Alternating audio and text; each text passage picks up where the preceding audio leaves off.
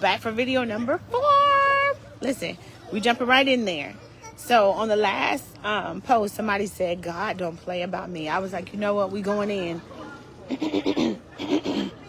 Now, it's cool here where I am, y'all. But if you can notice, one thing about me is I love talking.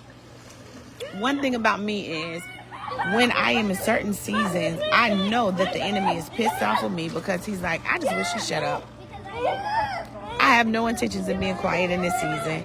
As a matter of fact, I'm going to turn up the volume. When God say pump up the volume, when God says go out into the many nations and tell them who I am, when God says don't let the rocks cry out in your place. Listen, the rocks ain't going to cry out in my place. Ashlee Marie going to speak.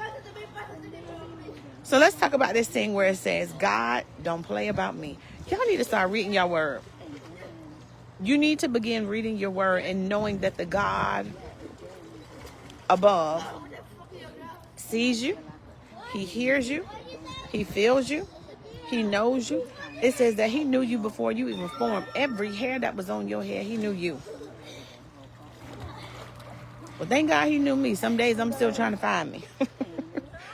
But the God that we serve, he knows us. And that is powerful. As we enter into the month of May, as we enter into one of the months where people are trying to decide, they're teeter-tottering right now. I get so many phone calls, y'all, as a coach, with people who are sitting at the edge of the water, and they say, Coach A. Marie, you can't help me. And I have to say to them, the God that you say you serve, he don't play about you. I was sharing with my community 31 days of prayer, and I said to them one time how I found myself at a lowered place. And I called myself challenging God. I thought it was a very funny thing in the way that I said it and how God speaks to us and responds to us. He's very clear with us. And he lets us know, I don't play about you. I love you so much that even if you was to jump, I would allow you to live so that you can go on and tell the people how I performed a miracle on your behalf. Now, that type of love I've never experienced before. That type of love is so deep. It's so intense, y'all. And I want y'all to know that the God that you serve, he don't play about you. Now, what does this have to do with coaching? What does this have to do with blessed and bad to the bone? What does this have to do with where you're going and where God is taking you? What's the point of this, Coach A. Marie? I think somebody should be encouraged. I think somebody should be encouraged to the point that whatever that thing is right now that's standing in your way of your destiny, that is attempting to break you down, that is attempting to be so negative, that is literally taking on a mind of its own. I need you to be able to have some words to speak back to that thing. So I'm going to read this question, and I want y'all to answer me in the comments. What advice would you give a friend when every time they turn around, it's always something? What advice would you give a friend? And I'm going to use myself as that friend, right? Oftentimes as women and mothers and wives, as we're going through things, we're constantly saying, well, what advice would you give a friend? So I'm going to put myself in a position of that friend, right? What advice would I give a friend when they feel like their entire life is falling apart? When they feel like every single time they lift their head up, that there's what do they say? I take 2 steps forward only to turn around and take 8 steps back. Is that who I'm talking to today? Somebody who understands pain. Somebody who understands every time I lift my head up, I'm getting punched in the face. I know that life. I did a speaking engagement one time and I said, pain could be my first, middle, and my last name. The advice that I would give myself in that moment, I would say, Ashlee, God don't play about you. I would say, Ashlee, and I want you to fill in the blank. Not only are you beautiful, but you're strong. You're tough. You're resilient. You're courageous. You are brilliant. This year you crossed over into fashion model, baby. So not only are you a fashion model, but you also a role model. Don't you know that people be checking for you? Don't you know that if you check up out of here, people going to be mad. They're going to be disappointed. They're going to be frustrated. They're going to be worried.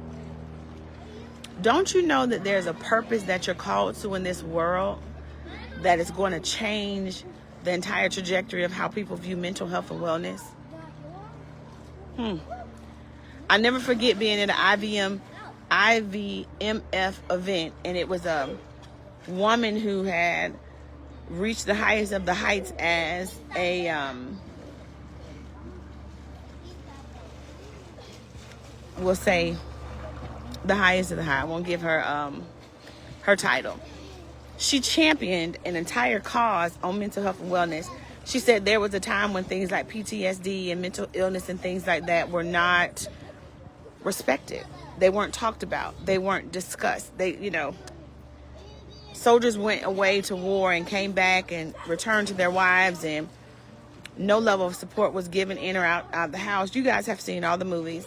One of my goals and my heart postures in this year is to encourage people to take off the mask. I want to be so blunt. I want to be so transparent. I want to be so open. I want to have the conversations about those things that go on behind closed doors. But know that it's in good faith and good intention and good spirits. Know that this is the year of breakthrough for you. Know that you are loved by God so much in a way that He wants to see you free. Totally free.